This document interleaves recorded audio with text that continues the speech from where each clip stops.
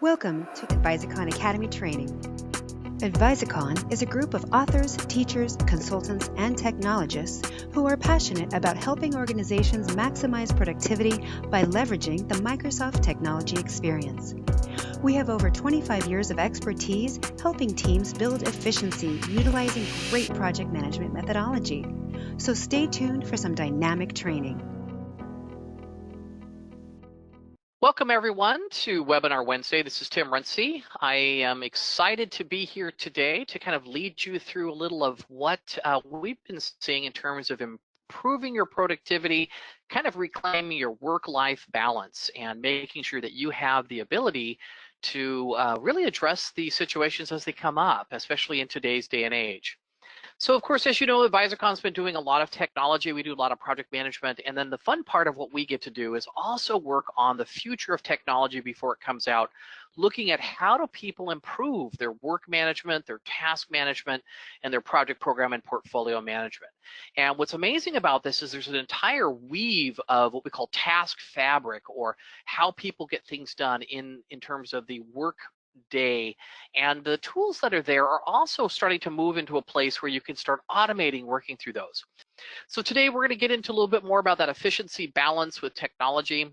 We'll talk about the power of collaboration both now and the future, and then looking at how to leverage things like Microsoft Teams or Microsoft To Do to help you manage your workload and your activities.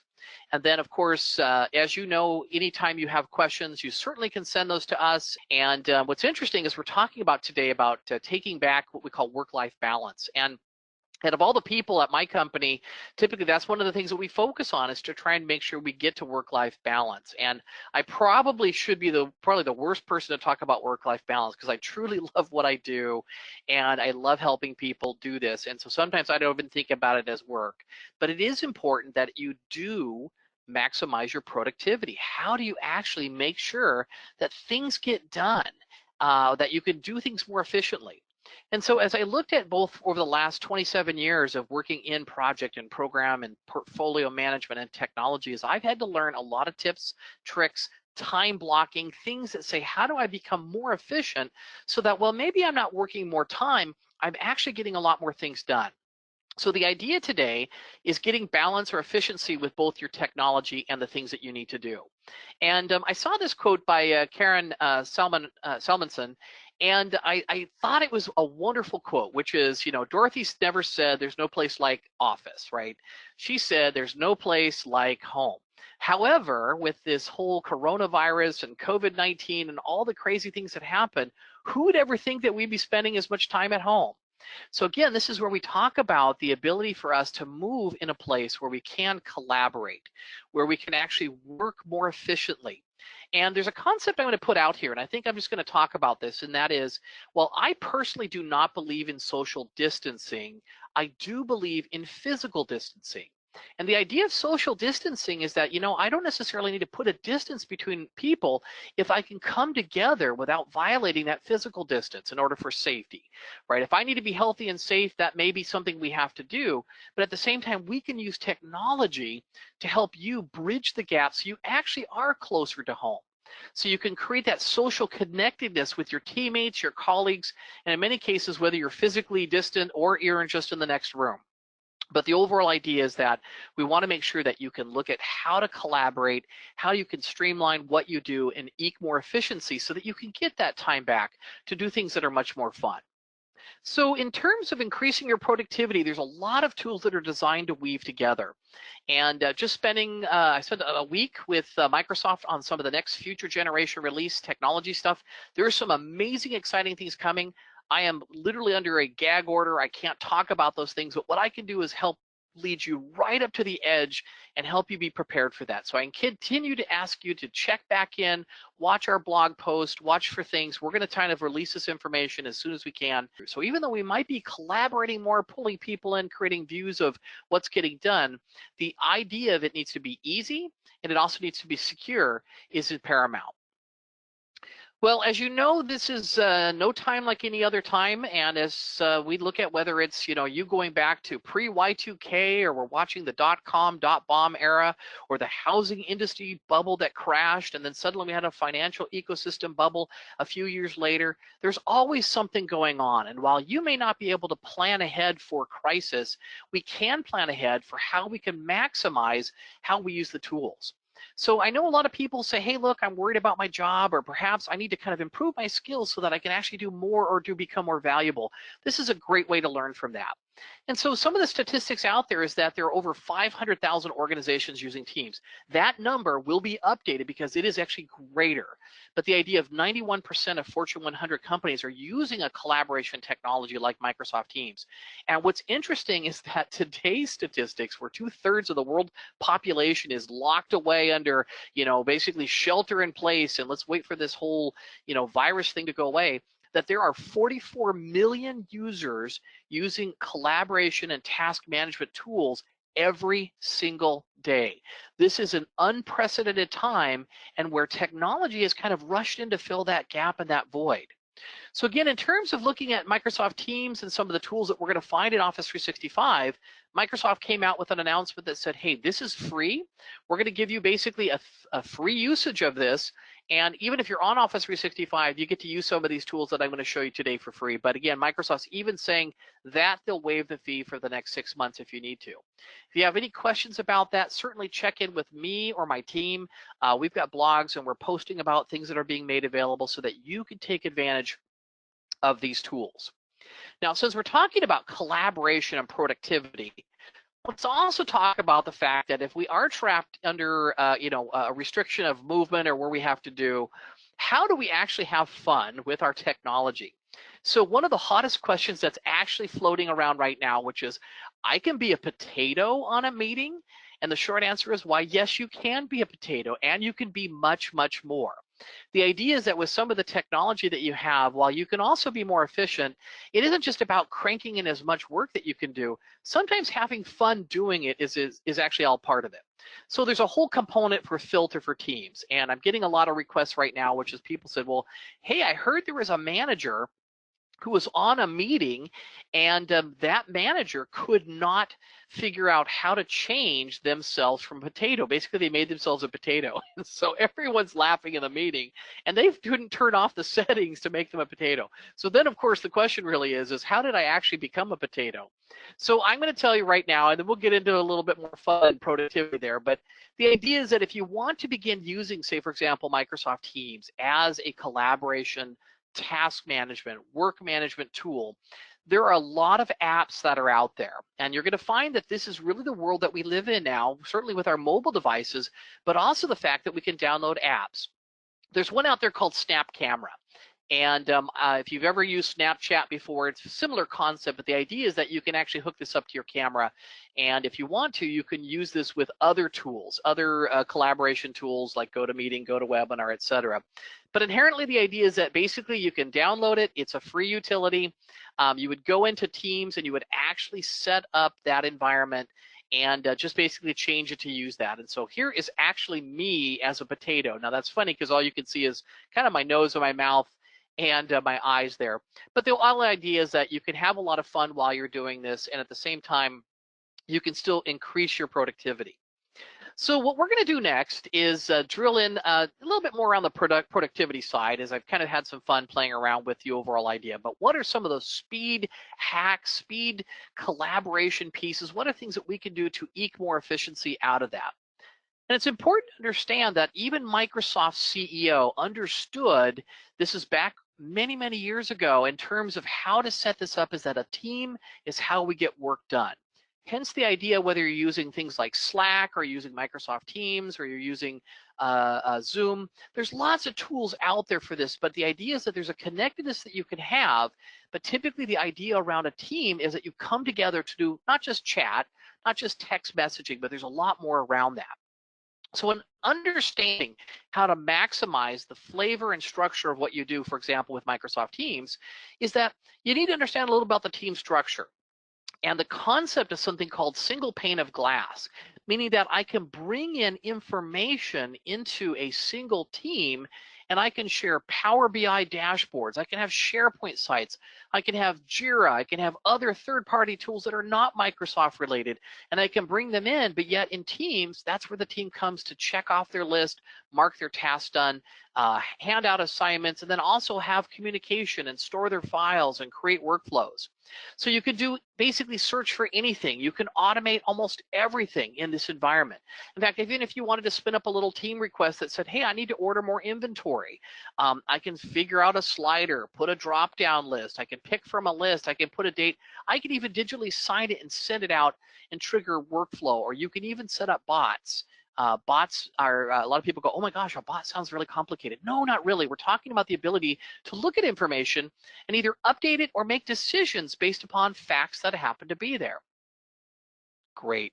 Let's take this into a demonstration where we can actually take a look at the live information in the tool. Let me just bring in a Teams environment here. So I'm sharing my screen, showing you kind of my production environment, basically this Teams. And the idea is that you can spin up a team and begin to have collaboration around customers, projects, information that's essential. In fact, one of the things that we're going to learn is that as you begin working in Word or Excel and PowerPoint, you literally can spin up a team that actually has action items or tasks or information around a single document. So the ability to organize information is really up to you. Now, in speeding up that productivity, one of the things that a lot of people don't realize is you can actually go into a calendar. And so let me just show you a couple things here. So this literally is kind of a snapshot of my calendar, but I'm hopping into Teams. I can see who's invited. Perhaps maybe I want to make this a recurring event. I want to put this in place. Or I may even want to change the message or the note. So I've got some control here. But one thing that people forget about is a lot of times when you spin up a team, people are stuck in a lobby. So when I click on meeting options here, let me bring over the window because it dragged it over here. Here we go. It said, hey, with this fiscal planning meeting, let me give you some options. Who can bypass the lobby? Well, listen, if you can't be in the meeting, you could let everyone simply bypass that lobby, jump right in, and then at the same time, as you could say, well, listen, only certain people can present, or perhaps I don't really care if anybody wants to share their screen, we can actually help them to do that. So looking at kind of the organization of your team environment, you've got a great opportunity to listen and view and share and update information more about what's going on, as well as not just what's in the actual physical event that you're scheduling. All right, so we've been taking a look at how Microsoft Teams is going to provide that single pane of glass, how you can kind of pull things together. So now remember, one of the elements that Teams actually does is it allows you to bring in a lot of different sites, projects, tasks, work activities, external programs, and you go through it by simply opening up any team. For example, I have a MS Teams demo here. And when I come in here, you'll notice that I've got a planner board. Talking about Microsoft Planner, of course, is this Office 365 tool that allows us what we call task and work management. As we think about Planner, Planner is the #1 app added into Microsoft Teams worldwide, hands down. And part of that is because of the ability for us to work in a very agile manner. For example, having our Kanban boards, which we can drag and drop, or we can actually have our teams come in here and manage work and work activities. In fact, if you come in here, you can see some of the new changes where they're increasing the visibility of creating tags, putting in your own wording here. So maybe this isn't pink, it's really high priority. And if I want to come down here and say, hey, from a factoring perspective, maybe this is my PMO work that needs to be done. And then I've got to submit it over to, let's say green is finance. But the overall idea is as I create work and task activities is that I'm in a position that I can come in here and manage these cards and do so in Planner. So whether you have a Planner board externally or you want to build one in your Planner team site, is that as from a productivity perspective, is that you can mix and match what needs to get done, what's being scheduled, what month does it happen to be in, whether it's in the past or the future. And you can see here there's some past due items, as well as my ability to kind of organize by the buckets what are the workload or activities that I'm actually doing or not doing, especially in any month that we happen to present or filter.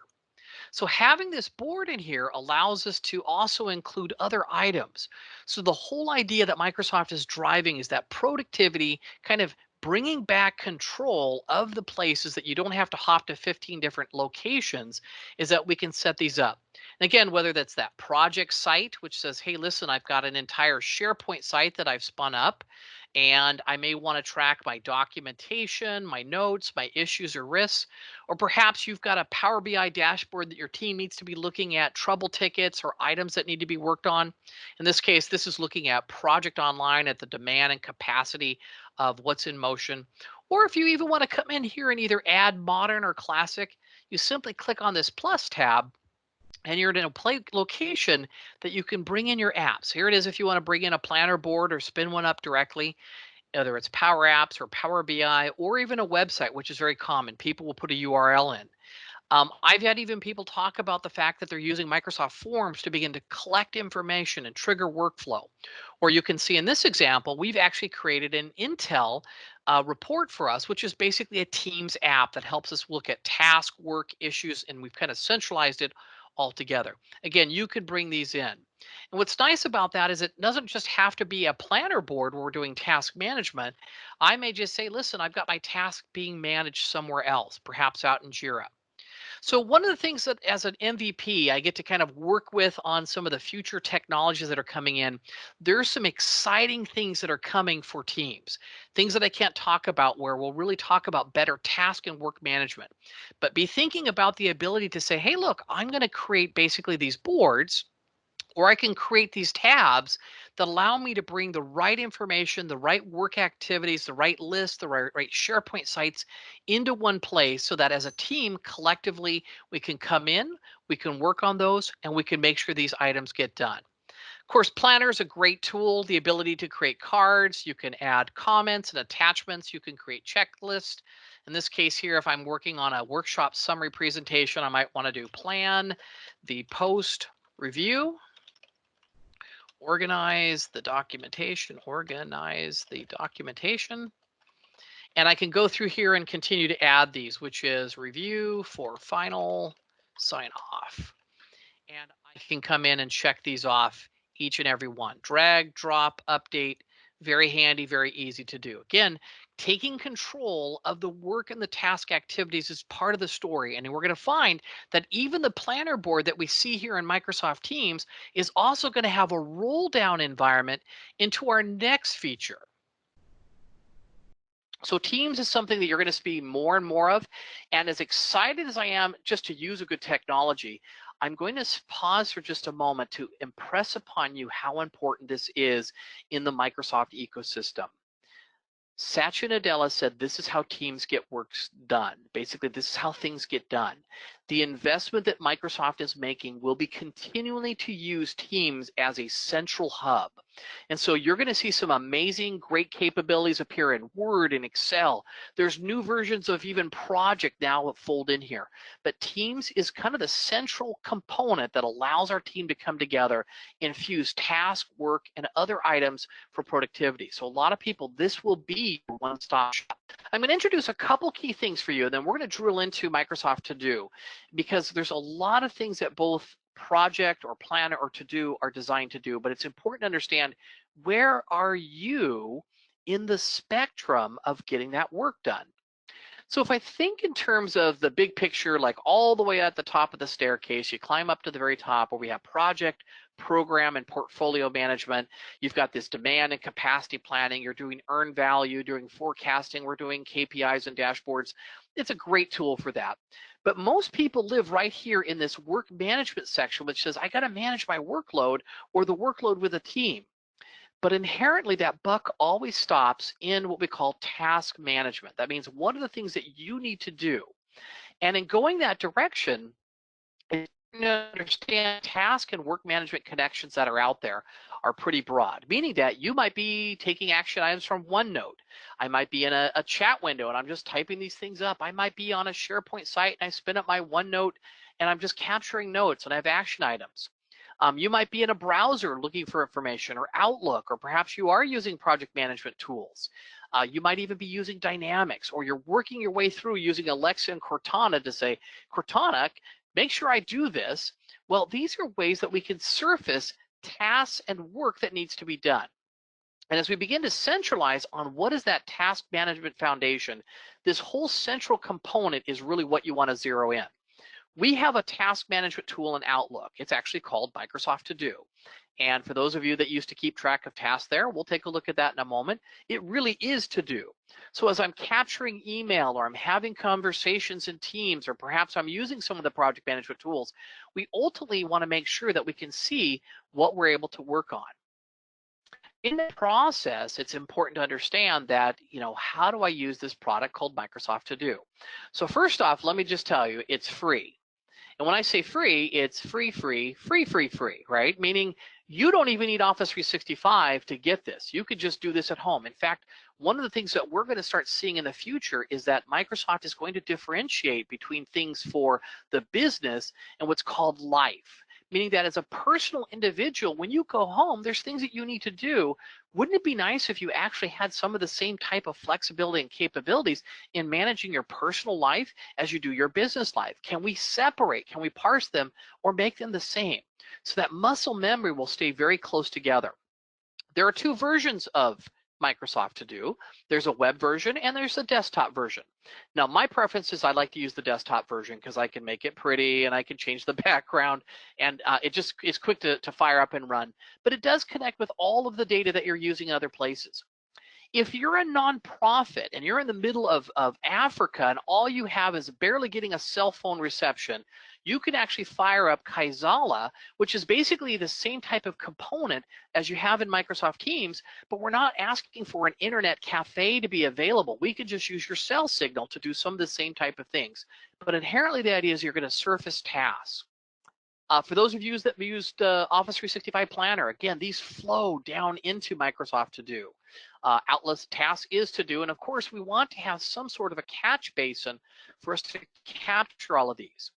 Now, for those of you that have seen Microsoft To Do in the past, meaning that you've actually been watching it evolve, or even before Microsoft acquired the product called Wunderlist, there were 14 million people using this tool. And so Microsoft acquired this mobile solution that allows us to manage it.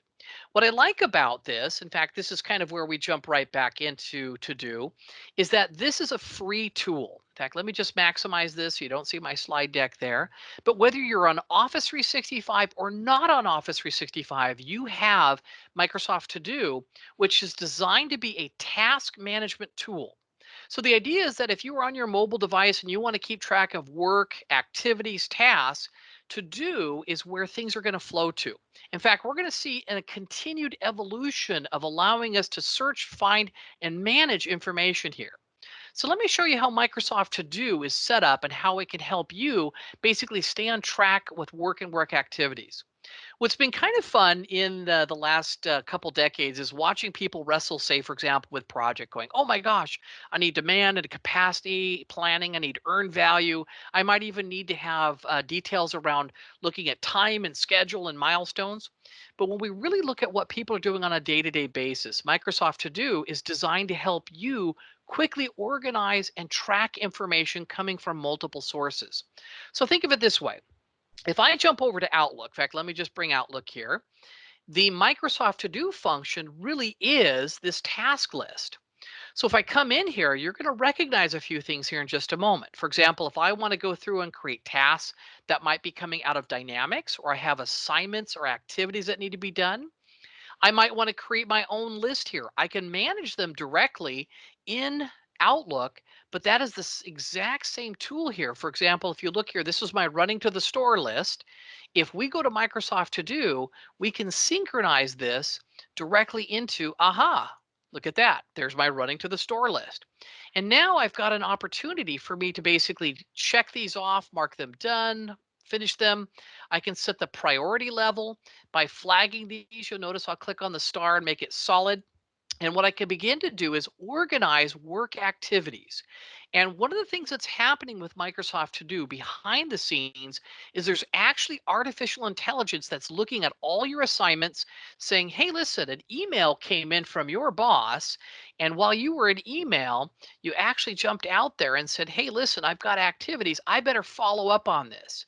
And so if you went in and said, hey, listen, let me mark or flag or basically categorize any of these, you can actually find those. So if I drill into my Outlook and I come in and say, oh, the MVP Global Administrator is sending me a to-do list, I should follow up here. When I come back in and I flag these in an active window and say, hey, you know what, I need to follow up on this today. When you do that, when you jump into Microsoft To Do, what you're able to do is say, hey, listen, tell me where those flagged messages are. Here, I flagged a few earlier. I could expand them. I can collapse them. I can see them. And if I click right here, I can get the information. I can also go launch this directly in Outlook. In fact, I can create recurring assignments and activities. I can change the due dates. And I can also add it to my day, which means you can go through and begin flagging all the things that you're going to try and get done today. And so whether it's, hey, listen, I've got a new podcast that's coming up. I want to kind of build and organize this. Or perhaps you were on one of those planner boards and somebody assigned some work activities for you. These are where they'll show up. In fact, when you build a planner board, those tasks automatically will roll down and drop into your Microsoft To Do. Now, thinking about that, if you want to make sure you have those settings turned on, you can come into these lists and say, in any of the windows, I can actually track and either email this, I can pin it to the start. If I go up and I say, hey, listen, show me my planned activities or what I'm working on, again, we can come in here and say, you know what, just hide completed tasks. I don't need to see those. So as you're checking off these lists, they'll automatically disappear. So you've got some flexibility to unhide them, add them to the list, and manage them directly. But the idea is whether you do it from Outlook, you do them from a planner board, or you're actually just going to do it from a mobile device, you can actually come in and manage these work activities. And what's nice about this is that if I come into an assignment that says, hey, listen, I've got to actually work on a design of a new logo, notice when I click on this, if you pan over to the right, you'll notice that I can open it up, whether it's an Outlook task or I've got it right here in Planner. I can actually launch into that exact planner board and see this information open up. And here we go. I actually went right to the task, went right to the board, and I'm able to come in here and flag, manage, update, or I could assign other people to this particular activity.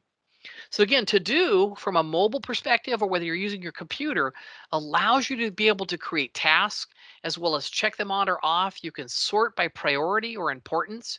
You can even build your own list. What's kind of funny here is that I came into my list and I said, hey, I think I'm going to make this running to the store list.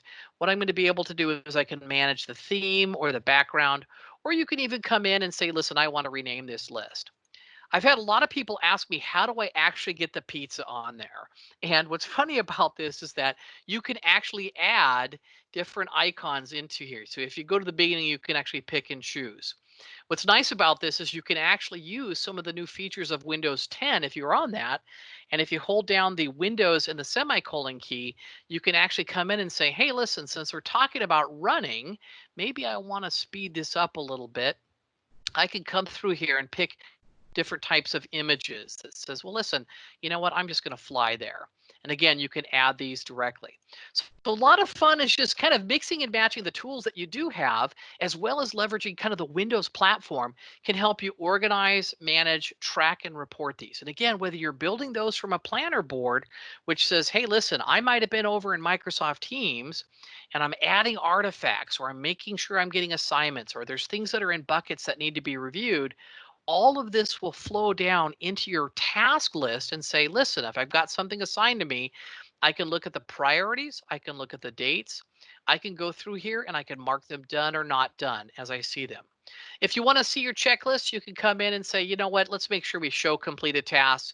And here you can see quite a few of these. So we have a lot of even Microsoft engineers like using both Planner and To Do to quickly manage that workload.